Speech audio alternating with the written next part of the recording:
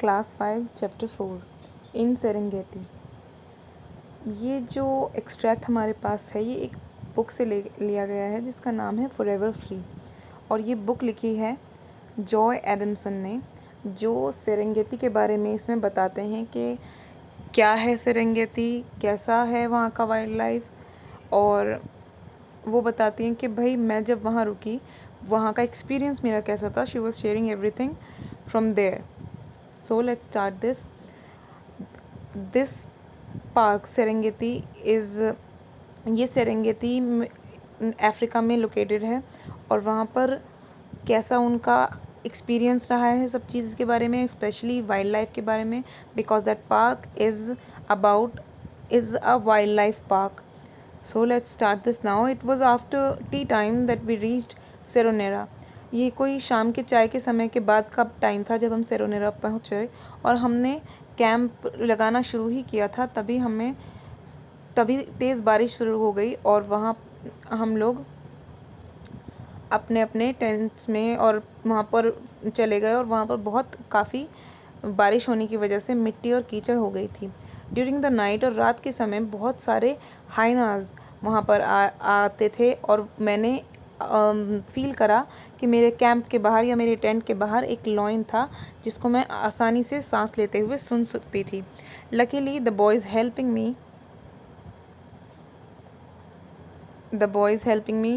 were sleeping in the lorry, so I did not have to worry about their safety.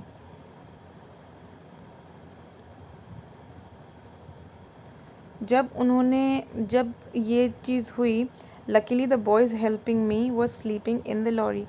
जो boys थे मुझे help करने के लिए वो लॉरी में सो रहे थे, इसलिए मुझे उनकी सेफ्टी की कोई चिंता नहीं थी। अगले दिन I went to make arrangements for my stay and found that I had to hand in our firearms as it was against the rules for visitors to keep them.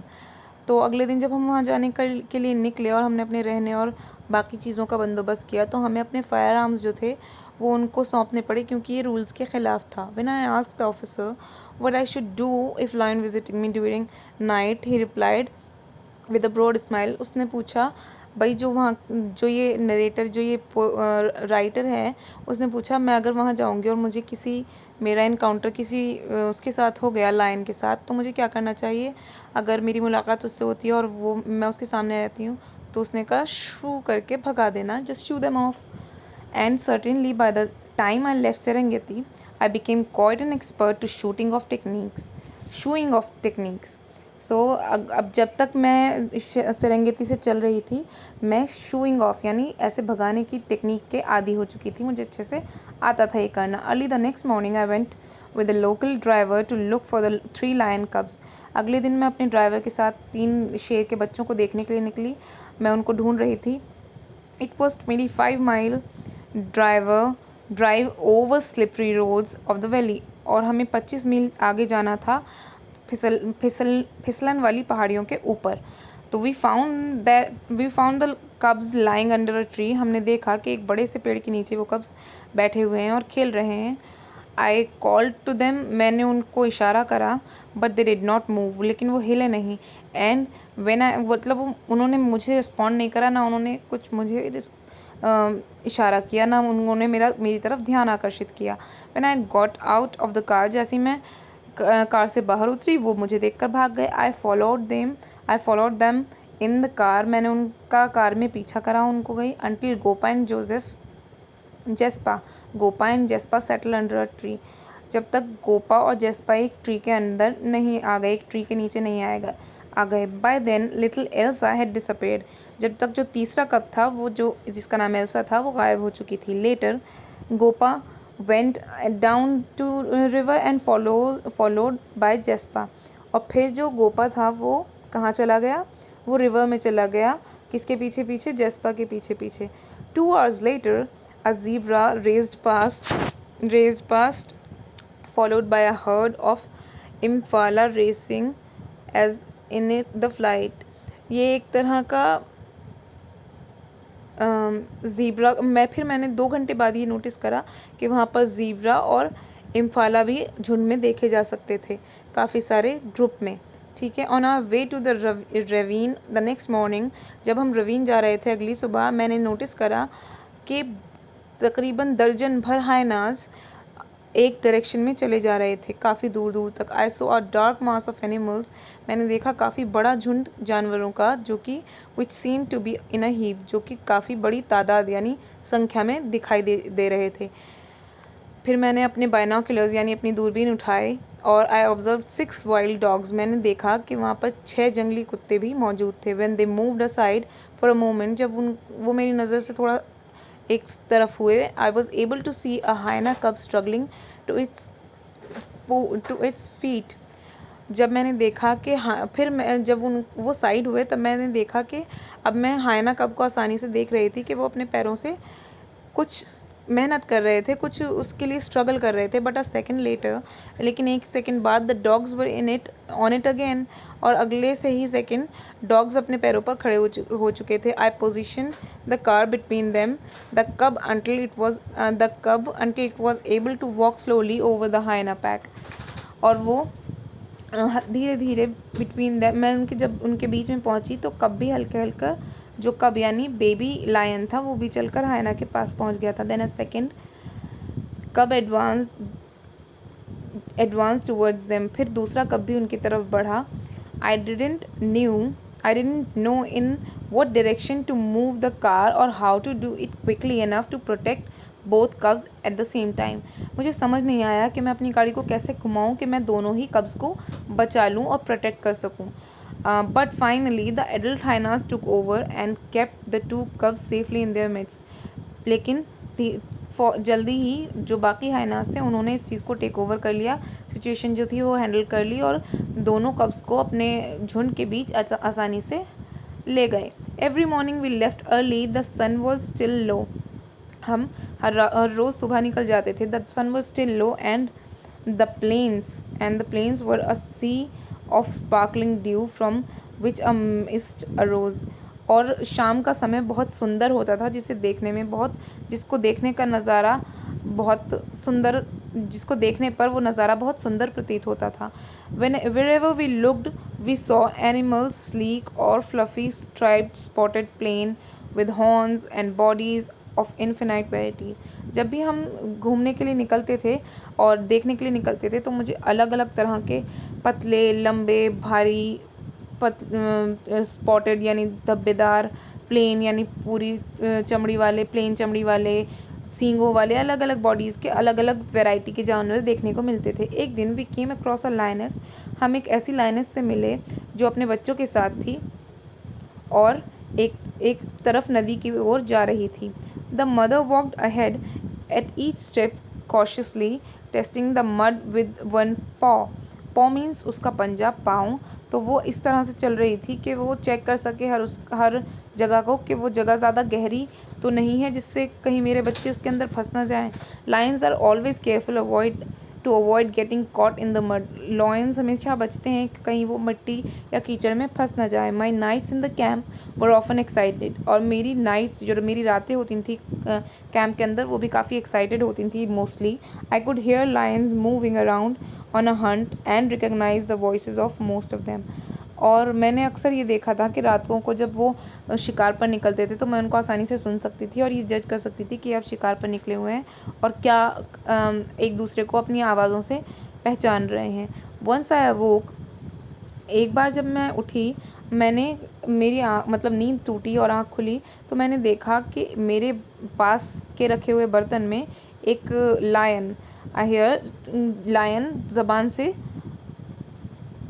कुछ P रहा है। उसको उस पीने की आवाज़ आई। To hear lapping noises and being half asleep listen for some time before I realise that a lioness was inside my tent. और मैंने देखा कि मैंने जब तक आँख खोली और मैं नींद से जागी तब मैंने ये देखा कि भाई मेरे पास एक लायनेस है जो कि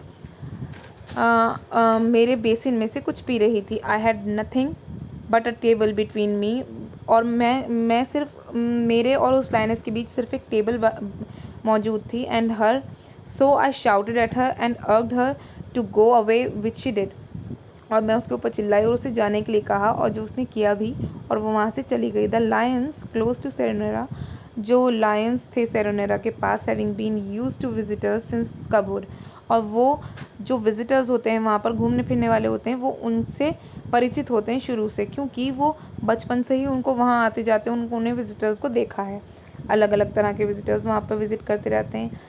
और तो उनके साथ वो यूजुअली फ्रेंडली होते हैं कि भाई उनको कोई डर या कुछ ख़तरा महसूस नहीं होता विजिटर्स से। Many had been surrounded by cars while being suckled by their mothers and therefore had come to think of human beings and motors as a natural feature in their lives.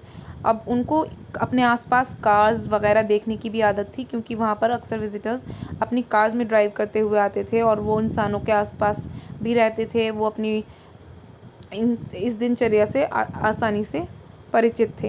Accept in areas where people have hunted और shot from cars, the wild animals seem to consider car as some kind of fellow creature with strange habit and peculiar scent but harmless.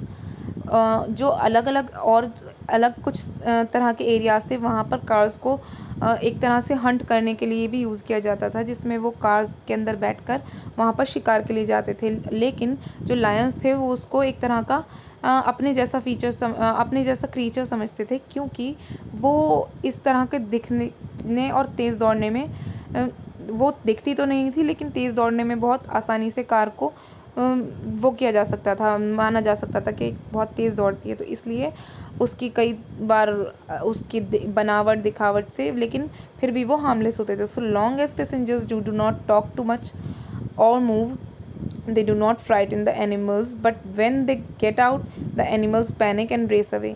जब तक वो लोग अंदर अपनी कारों में बैठकर वहाँ से उनको खेलते हंसते हुए देखते थे जानवरों को, तब तक कोई घबराने वाली बात नहीं थी। बट जब वो अपनी गाड़ियों से उतरकर उनकी तरफ जाने की कोशिश करते थे तब एनिमल्स जो थे वो डर जाते थे और वो भागते थे। फिर the dry season had come, और अब जो था वो ड्राई सीजन आ चुका था। And the animals were now dependent on water holes. अब जो थे जो सारे जानवर थे वो किस पर वो हो गए, किस पर डिपेंड हो गए, वाटर होल्स पर, नदियों पर।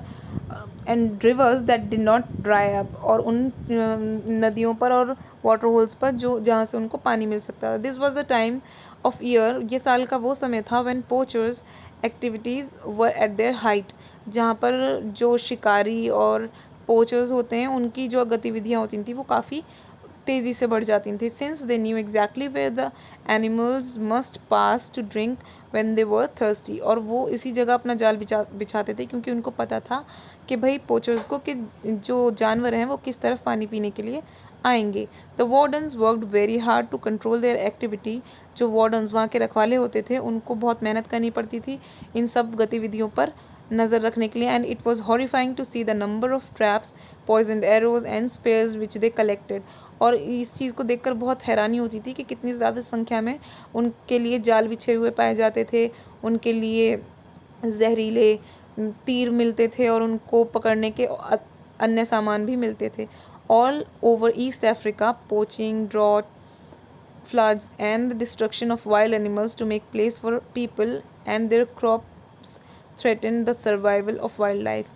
तो पूरे ईस्ट अफ्रीका में ये देखा जा सकता था कितनी आसानी से बाढ़, सूखे और पोचिंग की वजह से कितना ज़्यादा नुकसान होता था वाइल्ड एनिमल्स को, और उनकी वाइल्ड लाइफ किस तरह से ख़तरे में आ गई थी। The idea that they may one day become extinct terrifies and shocks me. और मुझे ये जो ख्याल था कि भाई ये जानवर जो हैं वो एक समय पर जाकर लुप्त हो जाएंगे और बिल्कुल हमें देखने को नहीं मिलेंगे, ये ख्याल मुझे डरा देता था। The longer I live among animals, जितना ज़्यादा मैं जानवरों के बीच रहती थी, the more I want to help them, उतना ही ज़्यादा मैं उनकी मदद करना चाहती थी। And the more I believe that in helping them we also help ourselves.